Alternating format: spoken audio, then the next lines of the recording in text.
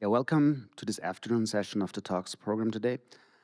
I'm Walter Seidel, I'm one of the artistic directors, and I kind of tried to put this panel together as there have been changes in the institutional side in Austria, and I welcome from left to right Andreja Hribernik, new director of the Kunsthaus Graz, Michelle Cotton, director of Kunsthalle Wien, and Fatima Hellberg, who will be the new director of Mumok as of September.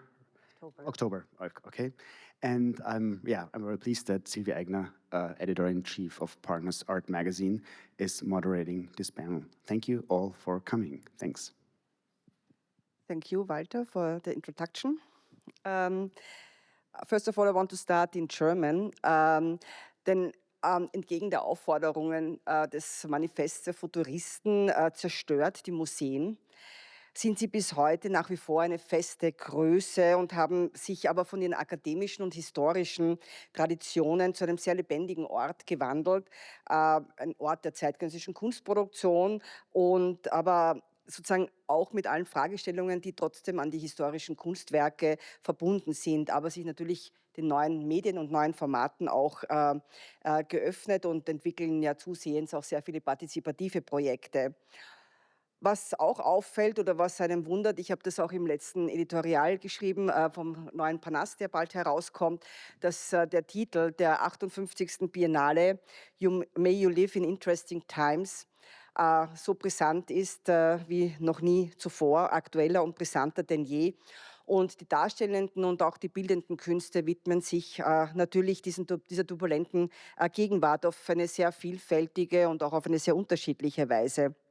Ebenso ist die Gesellschaft heute vielfältiger, sie ist diverser seit Beginn des Jahrhunderts und all diesen Anforderungen, diesen Ansprüchen, diesen Erwartungen muss ein Museum und eine Kunsthalle heute gerecht werden. Und daher war eben die Frage oder das Thema dieses Talks, müssen Museen, Kunsthallen eine Repositionierung durchmachen.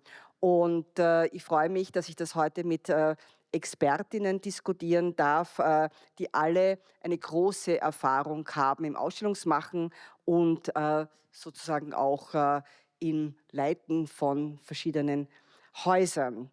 So, very welcome to you at the Spark. And just wanted to briefly introduce you, but Walter Seidel already did that.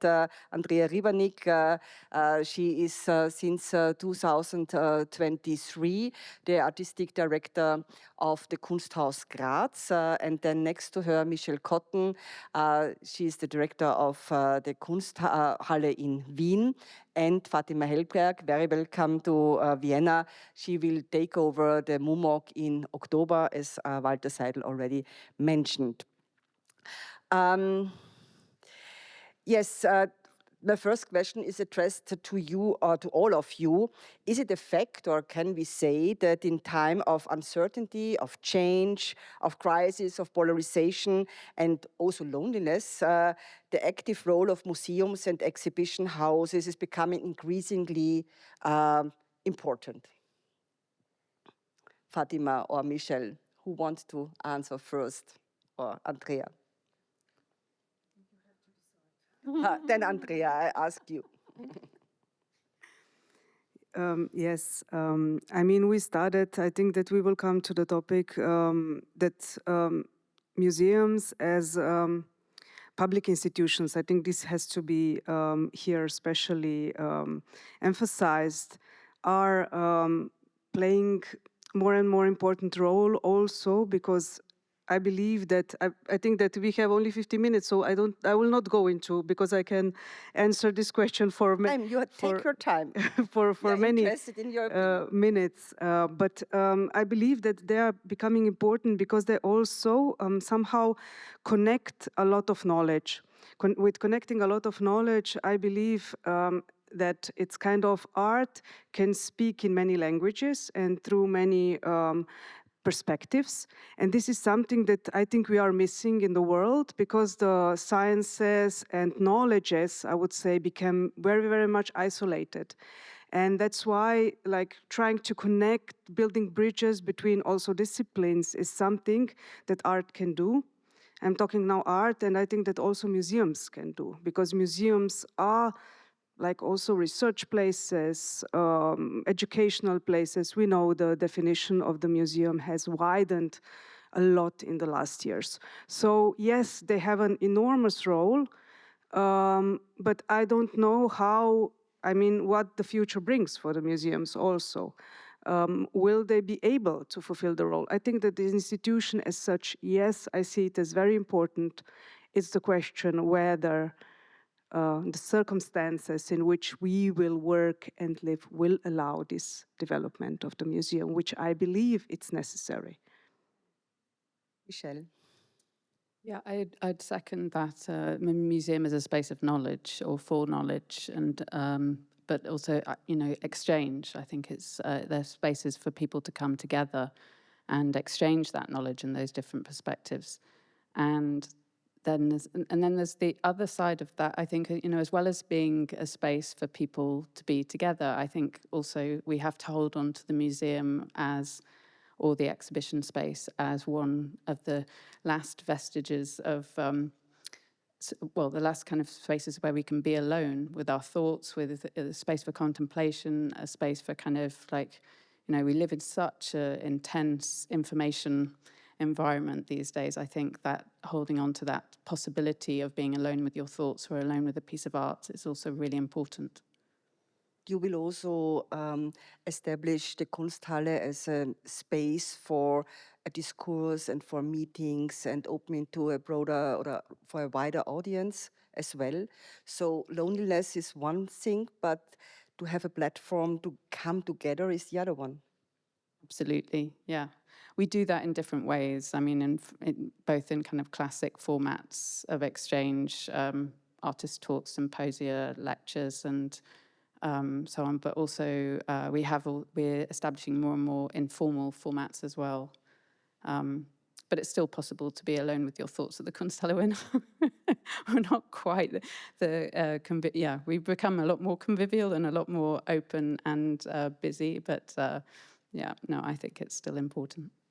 But I think before we delve more into the details, we have to define the difference of the institutions, because we are talking about a museum.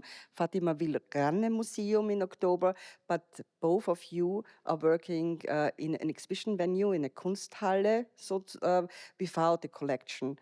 But Andreja, you came from a museum in Slovenia, and you are leading a museum that has an intermediary function, because it's more or less an exhibition venue, but it's also part of the Universalmuseum Joanneum Association, which collects includes artifacts from history, from natural science, even from hunting, the field of hunting, and also, of course, of the field of fine arts. But how do you position the Kunsthaus Graz within this association? Yeah, I think this is really good to address this question. If I can be a little bit provocative, I would say Kunsthaus, it's a Kunsthalle that pretends to be a museum. I'm joking a little bit, but if you are in a Straßenbahn in Graz and you stop in front of Kunsthaus, it says Museum of Modern Art. It's a bit of a mistake, but that's why I'm like saying this, because it's also Kunsthaus. It is, like we call it, a museum. It also has a very small collection, and that's why we like to think about it and even speak about it in this museal, I would say, character. It's not comparable, of course, to Mumok and to the collection or the museum that I was working in Slovenia. But what is good about this, with this collection, which is mostly site-specific, meaning that artworks are part of the building. I'm sure that many of you know Kunsthaus, which is an experimental architecture by Colin Fournier and Peter Cook, and it's designed also in a way that it includes artworks in its kind of facade or sound pieces, which are part of the soundscape of the institution. So we have some artworks in the collection, in the so-called collection, and we also have a shared collection of new productions. For example, with the film festival Diagonale, with which we produced the trailers for many years. So there is kind of these collections which we take as actually as experimental formats in order to challenge the question of a collection as such, and to challenge the traditional, I would say traditional or more conventional perception of the collection, which is a collection, which is like collecting, I don't know what is the mission of collecting of Mumok, but for example, in the museum that I was running, it was very specific. It was based whether on the region or on the certain historical or on the thematic aspect. So Kunsthaus collects, but it collects immaterial, site-specific experimental works. So we cannot buy in a classical sense, but that's why we can, from that perspective, also challenge this musealic kind of aspect of a museum which collects. So we challenge the way of collecting and the way collections can be. Maybe I even like to say that we don't want to possess a collection, but we want to share a collection. So that would change the institution of a museum fundamentally if we would change the way we see collections, not as owned, but as shared. And this we are going back to this, what I said at the beginning, that we are like institutions and the productions of knowledge. Michelle, the art hall is a prime example of an art hall per se. However, the current exhibition, Radical Software, Women and Computing from 1960 to 1991, shows that an art hall can also engage in art historical research and visualization. How do you see your role of the Kunsthalle Wien between this historical approach of modern art and your aim to be also a space for new productions? I was just thinking actually of that exhibition as an example of an exhibition that bridges both of these kinds of institutions. It started off in a museum at Mudam in Luxembourg, a museum with a collection, classical kind of definition, and it's now on view at the Kunsthalle. But I guess I see the role of my institution as producing exhibitions that have a relevance, and that relevance can be to contemporary art discourse. In this case, I would say that is the point. You know, it's going back into art history and taking a topic and studying it in depth because it wasn't studied before, and that, you know, and it has I found there to be certain resonant, or I found this interesting, I think, because of things that came up in my conversations with living artists, with contemporary artists. But the relevance can also be, for Kunsthalle Wien, can also be to the audiences of Vienna, to society at large, I guess. Fatima, at least I want to address a question to you. Starting in fall, you will be managing a museum with an extensive collection, and to be an exhibition, to develop an exhibition program reflecting the current discussion is also an issue for you, but you have to incorporate the collection. How do you deal with this tension? I think that in general, in museums, there's a very exciting tension between, on the one hand, preservation and research and knowledge production, and on the other hand, it's the question of aliveness, of engagement in the present moment. And of course, there's a certain tension between actually preservation, the eternal life of an object, of a continued moment of something that at one point was contemporary, and extending the life of that contemporary moment. And on the other hand, of thinking, how does this sit within the moment now? So there's various temporalities stacked on top of each other. And I think that rather than seeing this as a problem, I think that this is a great invitation. That just the same way that we've increasingly come to accept that we're many-selfed persons, we also have many-sided objects. And that means that the gift of being able to engage with these past moments of urgency, of reading them anew, of practicing our ways of seeing and our attention, is something that I see, especially in this moment of acceleration, to be able to root back and to link back to some of those moments, which in many ways are highly involved in our current geopolitical moment. Mumok was originally the museum of the 20th century, and when we think of the current moment and to what extent it's integral, the history that we've had in the past century, this is really a gift to be able to engage in our present moment with these witnesses from the past.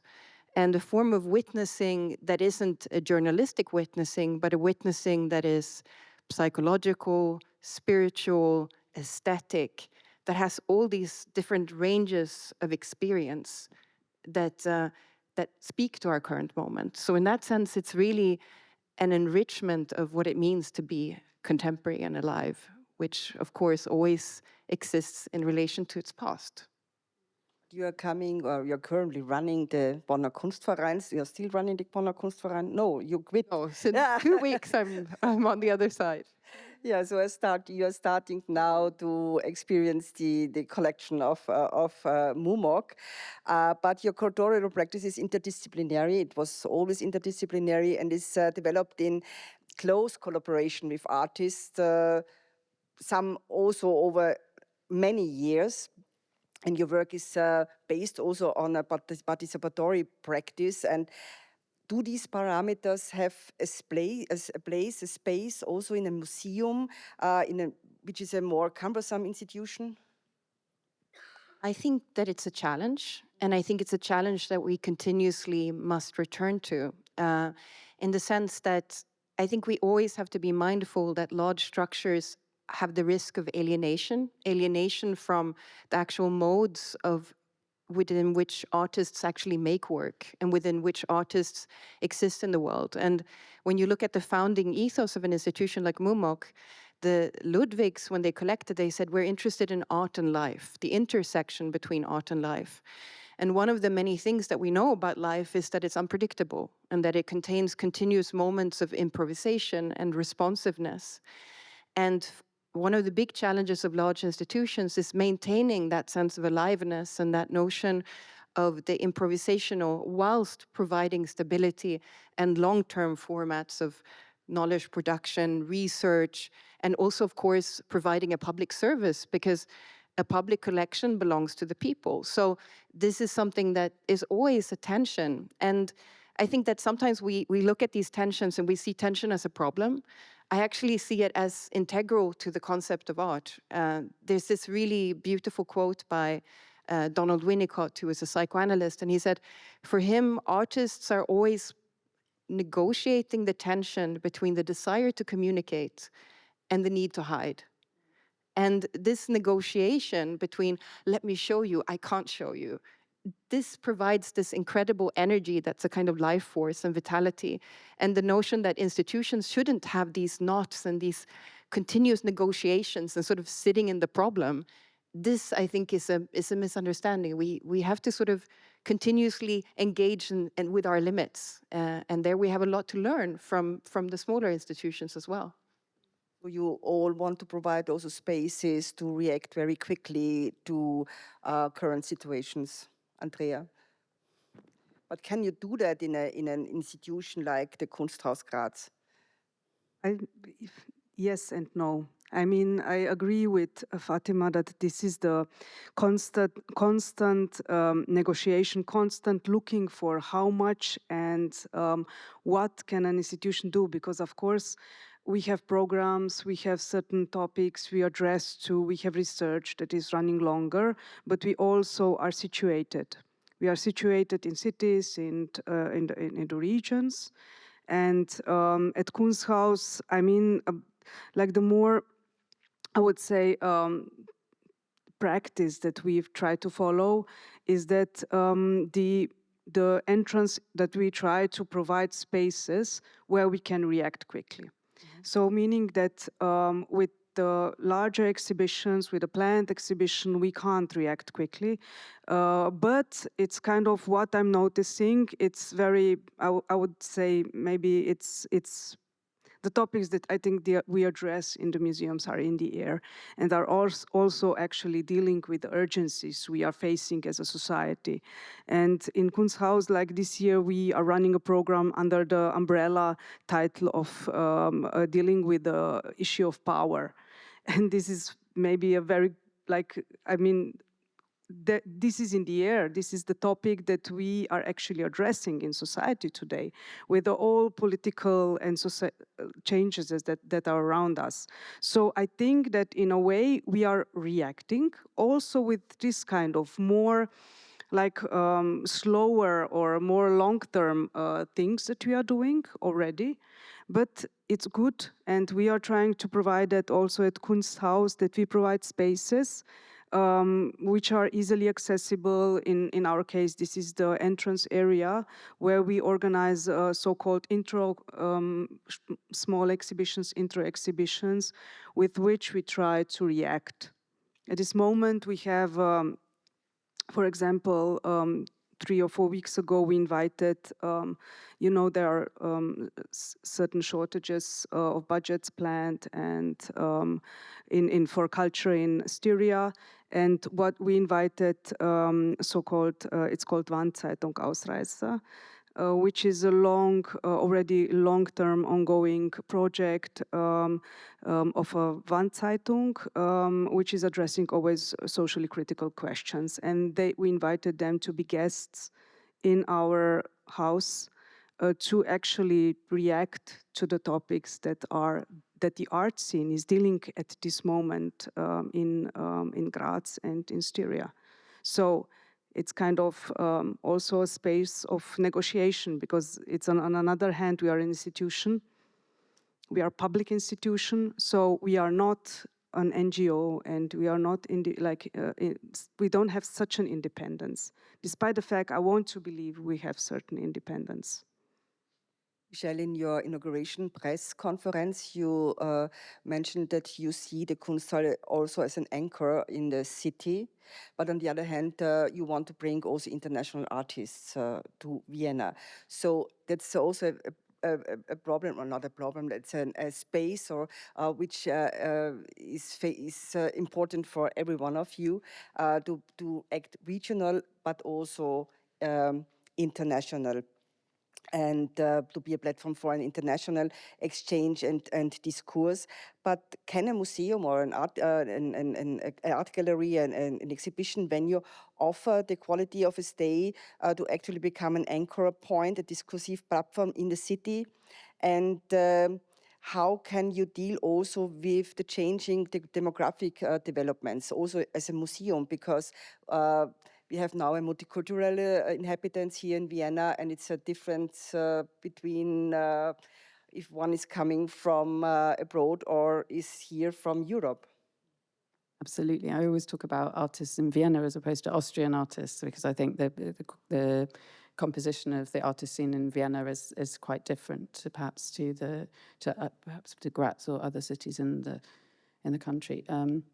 But yeah, I think we work with artists in many different ways and in different aspects of both our program and also operation. I mean, we employ a lot of artists, both in permanent positions on the staff, but also to install exhibitions through the educational programs in different ways.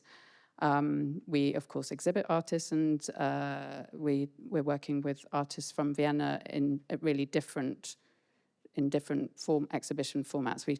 Right now we have 2 very recent graduates exhibiting at Kunsthalle Wien Karlsplatz as part of the Kunsthalle Wien Prize, which is a annual. Normally it's an annual exhibition. Actually, we're doing 2 this year to get it into the same year as the graduation. But yeah, it's a long-standing format that the Kunsthalle has, and yeah, it's the Kunsthalle also had for many years a big focus on the artists living and working in Vienna through Lebt und Arbeitet in Wien. And we will have a large exhibition again next year, looking at artists that are living and working in Vienna. Perhaps. But I don't mean only the artists. I mean only also to address a diverse community in the city, because they came from different histories, from different perspectives, and so how you can also address your exhibitions to this wider audience. Yeah, well, that's also a huge area of work that we've been doing recently on diversity, well, access, diversity and inclusion. So from September, we started producing exhibition mediation materials also in Leichter Sprache. We do now Einfache Sprache guided tours, as well as OGS, guided tours in OGS, and also in BKS, as well as English and German. So we've introduced new linguistic formats. We have new programs for inclusion work. We work with different sections of the community through our Kunstvermittlung program.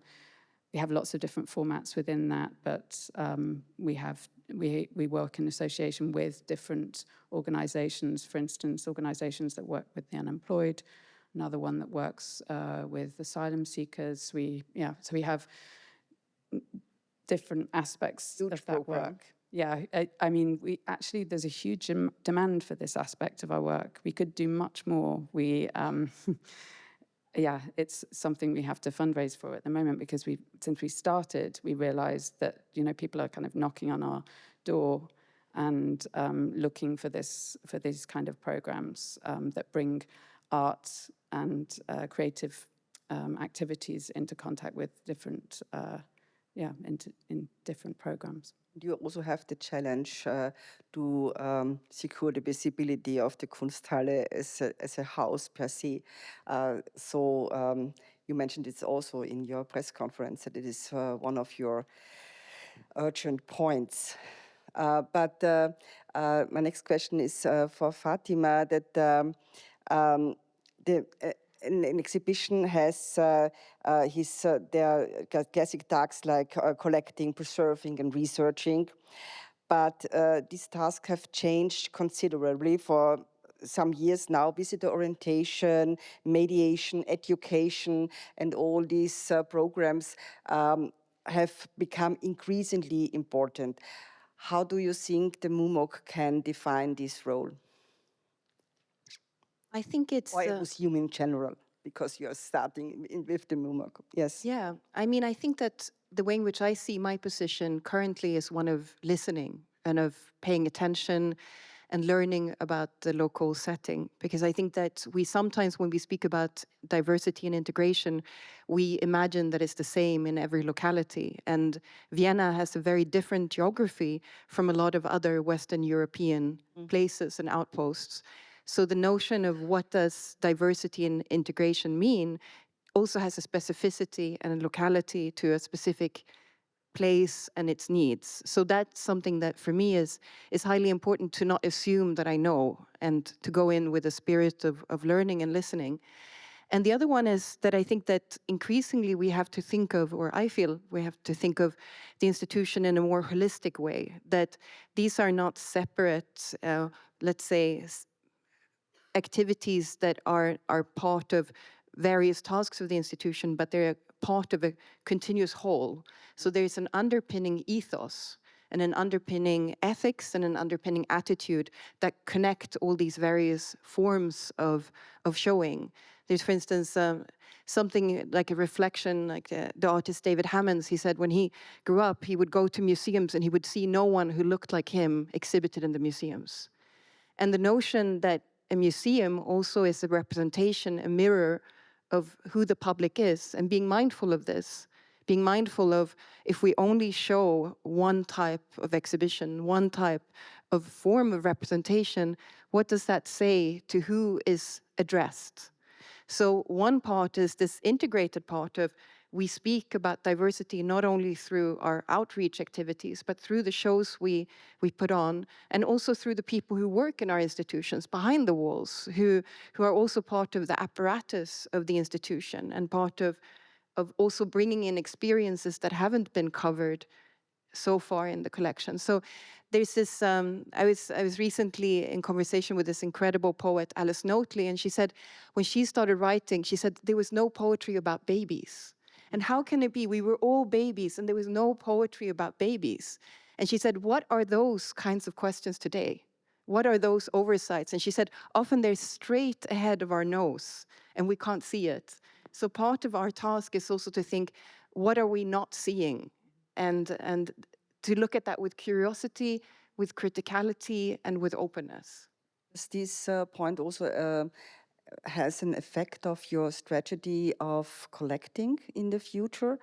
Because when Carola Kraus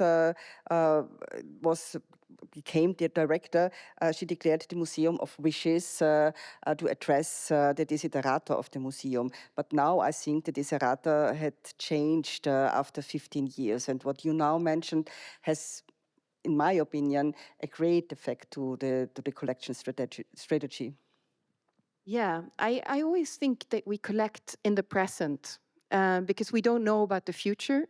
We can just aspire and hope for it or dread it, in the future. depending on Shall how we now collect into the future?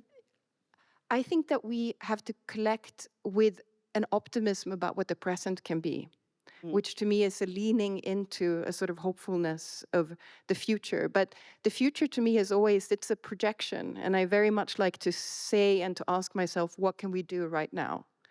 And this question roots us in a question of a curiosity about our current moment and a curiosity about what can we learn from really spending time with the collection that we have.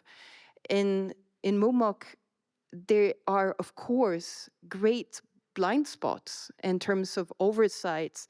There's a huge overrepresentation still of white male artists in the collection. And even if we would only collect people who do not have that specific identity, we would need to collect for decades to even catch up. I don't think personally that it's mutually exclusive. We have to be mindful of what the omissions are, but we also have to collect with a love for art. And I think that this is really important with everything that we talk about, that we engage with politics, we engage with the social, but we're also at the end of the day art lovers who really believe in that art can have values that are not only utilitarian for their effectiveness as social strategy or as political strategy, but I think we always have to collect. And I look at this in institutions that I want someone to have loved it. I want someone to be really excited. Because if we start thinking that we have this mission and we have this responsibility towards this imaginary audience, it's like preparing a meal to cook for someone who we do not care about. And I think that we start with what we love, that we want to share.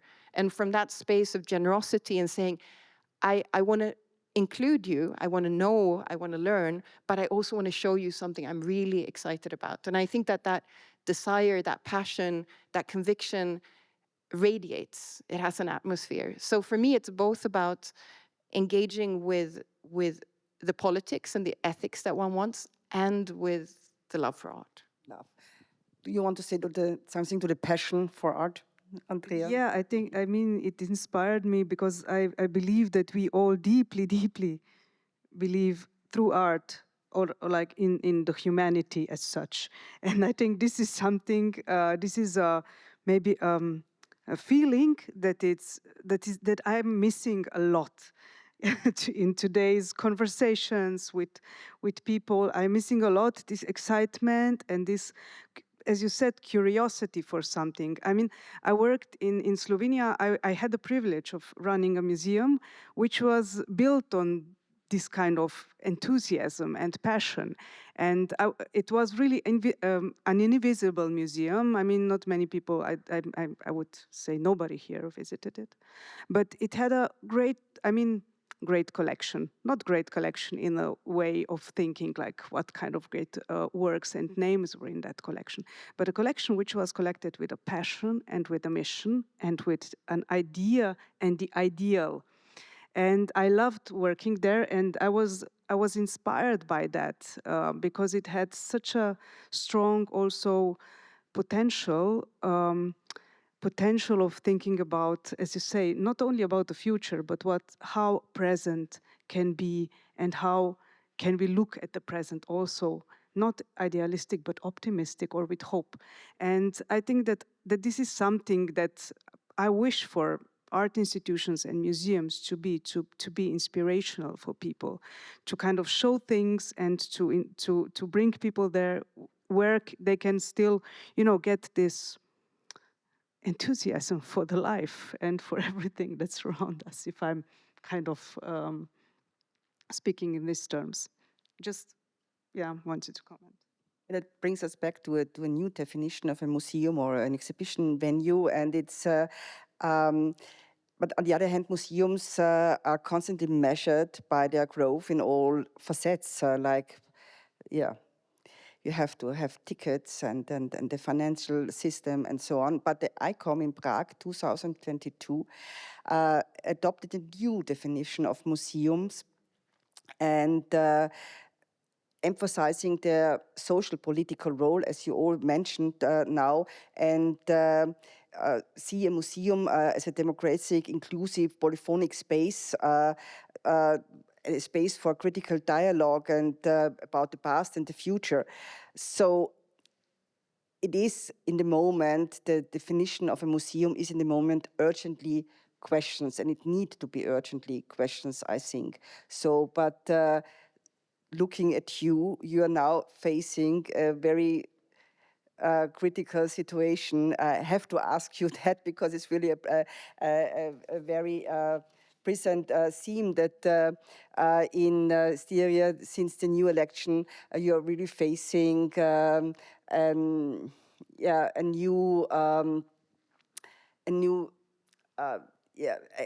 climate for museums, and it is said that the museum might be closed, and you are already interacting that you sign a letter to the politic, but can you say something about this situation? At this moment, it's very challenging because it's kind of, I'm in Graz for 2 years now, and I'm speaking with a lot of people from the independent scene, from everybody, asking them, because it's like Austria, it's specific, and Graz and Styria, it's specific, and I think it's a new situation. So I don't have an answer to your question. What we are facing is a very complex situation, which I don't know how will evolve. And of course, I was witnessing political turns in Slovenia, and what I can say from that experience, it was no good. It destroyed a lot of things, which in Slovenia it was in combination with Corona, and I'm afraid that. That this is a situation which can lead to that also in this. And I think that Styria and Graz has a very, very rich scene. I mean, we as a Kunsthaus, we are not affected by the budget cuts yet this year. But a lot of other institutions are, not institutions, I would say more artists and NGOs are affected. It was really a radical budget cut. Yeah. Yes. And so, I mean, it's very dangerous when these initiatives, small initiatives, which are mostly also the most critical voices, because this is like young people are engaging there in this kind of organizations. I'm speaking now in general, and we can name it even like humus, from which then. Things grow, and it's very important this kind of humus to be present also parallelly to big institutions or bigger institutions as Kunsthaus and as other institutions. So I'm very aware, and I would like to kind of, I think it's maybe our role to speak out about this, that how important it is to have this so-called freie Szene, to have it rich and developing also for institutions. Because I think it's kind of, it's not that, I don't think we can survive without each other. And for me, it's a question, even if institutions will survive and the others will not, this institution will be very, very different. Is it true that the right-wing party wanted to close the museum, or is it just a rumor? This was in the media. I know as much now. At this point, the debate about this is not was not developing. I mean, at this point, I don't think it was one of the pre-election debates. Because it's really ridiculous that the party can develop through their political intervention a new meaning of cultural identity. So, yeah, to write a new part of art history. But coming back to the museum strategies, we are also facing so the museums and the Kunsthalle as well are confronted with the controversial and pressing topic of the environment and climate change in terms of content, but also operationally, because the keyword Green Museum or the certification with the Austrian environment label. So you also have the certificate as well as the Mumok. And also the Kunsthalle. So how do you deal with this certification? What are your aims, as well in exhibition program as in running the museum with this challenge to be a green museum? Because transportation and all these things, it's really a challenge. I think it's an interesting area. In the one sense, it's so key and so urgent. And with something like the recent sanitation work of Mumok, one of the ways in which this has created an incredible step for the institution is that it's created, rather than having one specific temperature, there's a temperature range at the moment. And this is saving literally hundreds of thousands in energy costs. And this notion of introducing a level of mindfulness, of flexibility, a way to, in our continuous work, to really factor this in, especially also because I think we've all experienced that certain exhibitions have the speech acts where they say we're interested in ecology, and then you wonder, how does this align with the practice of the institution and the day-to-day dealings with the institution? So for me, on the one hand, to bring in this mindfulness and the attempts and steps are key. And at the same time, we have to be mindful that art institutions and public art institutions do not become the Schaufenstern, the Aushängeschildern for a form of performative and not sincere form of ecological politics, so to speak. As long as we can fly to Lisbon for 13 euros, I wonder about sustainability. And I think that we really have to see it in a bigger socio-political question of what are we asking of these institutions, because there are moments when I see an exhibition and I know that the carbon footprint was substantial, but I also know that I found that this exhibition pushed boundaries and did things that I see as significant. So I think that it's not an either or, it's an either and. And I also am mindful of how do we reinforce these things? Because I think that there's a certain way in which institutions create bureaucracy as a way to measure and to validate if the ecological goals are met. And I had a recent conversation with a colleague where they now have two full-time members of staff who collect data about the various practices of the institution, and the carbon footprint of these two highly intelligent, educated people to create point systems where they just collect information. The bureaucracy is eating up so much resources that the carbon footprint of the collecting is really substantial. And I think we have to be intelligent about it. We have to really look at what makes sense, to be aware and awake in some of these, because they can also be sort of default structures where everyone goes along and you wonder, wait a minute, let's turn the lights on and really look at what makes sense here. So I'm all for it 100%, but with awakeness, so that it doesn't become a speech act. You address also in your exhibition program many topics of many aspects of this topic, but it's not only the museum who can save the world. No, and if one looks at Kunsthaus, we are a machine. So it's like we have a carbon footprint. It's like this, and I think all the other institutions have it. But what is important, it's of course on one hand to do a lot of, because we can do a lot of things already technologically, but I think we can do more things in raising awareness. Kunsthaus, it has the green label. It's also part of the Network Museum for Future. And I think that this is important also because it's about, for us, it's about raising awareness and also to educate ourselves. Because I think that we also, as museum staff or as institutional staff, we are often also not so aware of things, or not, I mean, we are used to doing things in a certain way.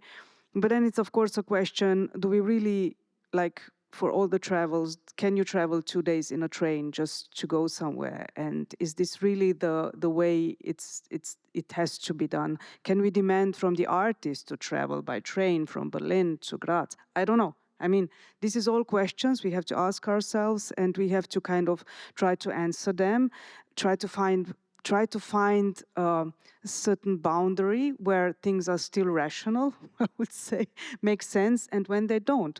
Because I'm very critical about this individual responsibility, which is putting the guilt and the individual responsibility on persons and on institutions. It's important to be aware and to raise awareness with the topics we address, what is happening, and we do that through a lot of exhibitions, through art. And for us, it's important to act responsibly.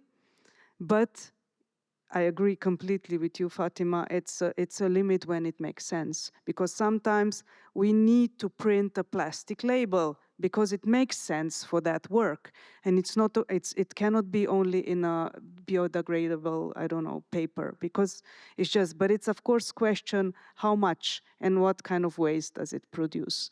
But yeah, we are running institutions and we have exhibitions. And this is something that it's not, that it of course has a carbon footprint. But it's this awareness. I mean, we try to talk about it. I also am very much critical towards greenwashing, which is happening a lot in many, not only in culture, but in many other departments as well. The food industry and also especially, the fashion industry. Yes, like this, what is green and what is not green, it's questionable. And of course, we don't have time to research everything. So I think it would be very important to make clear, to have a clear consensus in the society, to find kind of consensus for these things, because we don't, also collecting the information about the carbon footprint. It's very demanding and data, and it leaves carbon footprint. So everything what we do, it's actually that. But what museums can do, and also art can do to provide an awareness about for these topics. And yes, I have many other questions. We have talked about museum and as a digital space, but I want to take the opportunity and ask the audience if they have some questions. If there are some questions from the audience, you can also talk in German if you want to. Emil. Yeah.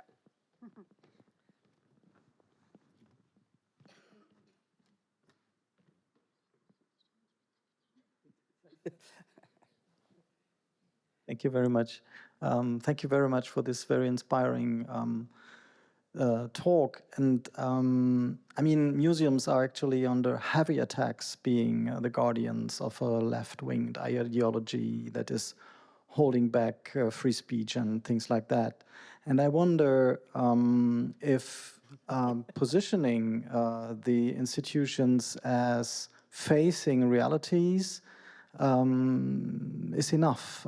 Maybe it can become also institutions of visions of future and possible change and other ways of thinking democracy. And I wonder if this is part of your thinking about the evolution of these institutions, because the title is repositioning institutions, and I understood it as well as a positioning in the political reality we live in. But it's also maybe about how to get out of this present state and more into a futurity, which is quite an actual question. Kunsthaus is called friendly alien. So like people from Graz call it like that. And I would like really to claim that, to be an alien. I mean, Fatima mentioned this alienation and like always kind of moving from back and forth from alienation and life. I think that museums, and this is what I think you are addressing, need also to be alienated a little bit, or not alienated but aliens to society, in order to think about how can we construct also different temporalities. And this is, for example, for me, an interesting question, and also dealing with the program, imagining the projections of the future, and not the future as such, but like trying to think from now. And for example, we, as I said, we started this program this year with the exhibition, like dealing with the power, and we were thinking in the team. I'm always talking we because we are a team, and it's not me thinking. We were all the time talking how can we think these topics, because we are always running in the danger of really stucking with only with the critique and not with the ideas about way out, about ways to deal with these realities. So I think that this is something that art and museums have, because they, in a way, I try to define them as utopian institutions, because they have in their basis, they have an utopian concept. And they are constantly have to be repositioned. I mean, we know big movements in institutional critique and the new museology that kind of always try to move, whether from outside or from inside institutions, out of this space, out of this kind of sedimented position, which is actually the institutional position. And this is something what is also happening that's why I'm saying it's this utopian core of the institutions also there, because with art, which is kind of entering the institutions and engaging with the institutions as artists, this is where this utopian and this kind of repositioning happening. And here, utopia can be, of course, defined in many different levels, but for me, it still has this positive notion of at least trying to imagine or project something in the future. Because when we kind of claim that utopia has only this bad predisposition of being passive kind of passivization, or being kind of something, an image that you will never reach. I think that's what can happen now. It's like small utopian moments, maybe not a big utopia like we imagined it in the past or like we know it from the literature, but like just utopian moments. And this is something where future can maybe, we have a glimpse of possible futures. So that's I will give the microphone because, yeah. Can I also comment? One thing that I think is very interesting is that when you look back, for instance, at the Ludwigs, how they built their house, they had this very roundabout way of building the house where they hosted the collection that they lived with. And they said, doors before walls. And this was, from an engineering perspective, more expensive, more roundabout, and so on. And obviously, it's an ideological moment of saying, we want the doors to be there before we construct the walls. And these moments, of course, also came from the trauma of war, that there was a sort of insistence on certain humanist values that also came from trauma. And we might look at those humanist values and say we need more difference, it's not this one unified human spirit, but there is a sort of insistence on decency and certain values that I think we can reclaim, and that there's great lessons that have been learned with deconstruction and with decentering, but I think we have to be mindful that we also take care of. And something that an artist who I've worked extensively with, Greg Bordowitz, he comes from a history of institutional critique, and he said, but we also need institutional care. That means that we need to take care of the artworks, we need to take care of the people working there, and we need to take care of our relationship with the audience, that if we criticize to the point where we're already being criticized from certain right-wing fractions or large-scale forces at this point, where the question is also, we can be critical, but I think that there's a commitment also to saying, but this is important. And the criticality is not about questioning its existence, because once a structure is gone, it's rarely filled with something that's better. Very rarely. So once it's gone, we know that it's rare that a structure of the same hope, we still reap the fruits and the rewards of these structures that were built with great hope. And I think we have to hold on to some of that spirit. You see also the collection as a base to talk about the future. Exactly, and that there's some values within that. And I think also we have to question the notion of the temporality of the future. There's a recent book, for instance, by the philosopher Simon Critchley, which is on mysticism.